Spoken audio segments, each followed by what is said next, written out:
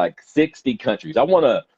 That was something I was really, really interested in talking to you about. Now, talk to me about your travels and really, because some of us, because the furthest I've been is to New York, right? I'm in California, right? Okay, The okay. furthest I've been is to New York. And seeing New York on TV, listening to the rappers, being there, you get a whole different perspective on what they're talking about. So it's nothing like seeing it on TV, just Right, the right. smell, being around the people. So I can only imagine going to different countries, right? So talk to me about traveling to these different places and like how did it change your perspective on America?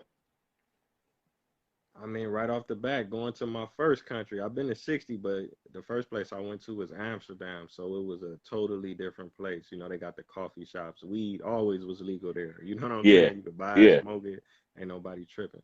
They got the red light district. You know what I'm saying? So prostitution is legal. You know, it's a real laid back place. Less racism, less police brutality. All of the police not carrying guns. You know what I'm saying? Things like Mm, that you notice. You know what I'm saying? The weather is different, the food is different for sure. The people, look different and they got different cultures and things like that.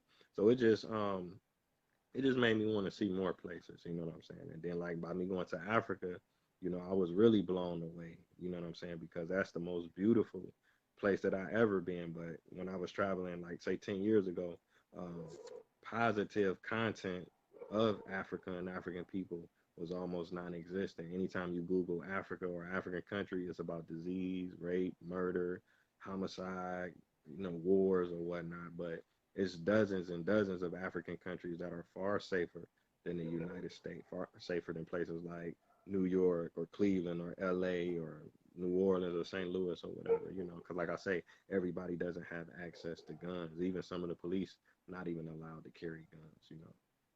And it's so funny you say that. That's something I was gonna mention before you did.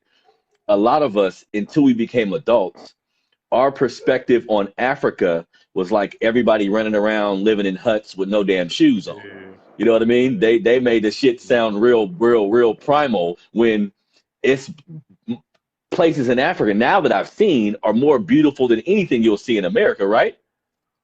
Yeah, definitely. Beautiful women, beautiful beaches, the best and beautiful landscapes, the most beautiful culture.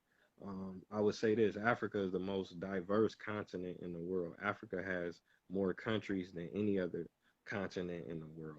For example, say Ethiopia, that one country has 80 different ethnic groups. South Africa Damn. has 11 official languages, so most Africans can speak two or three different languages.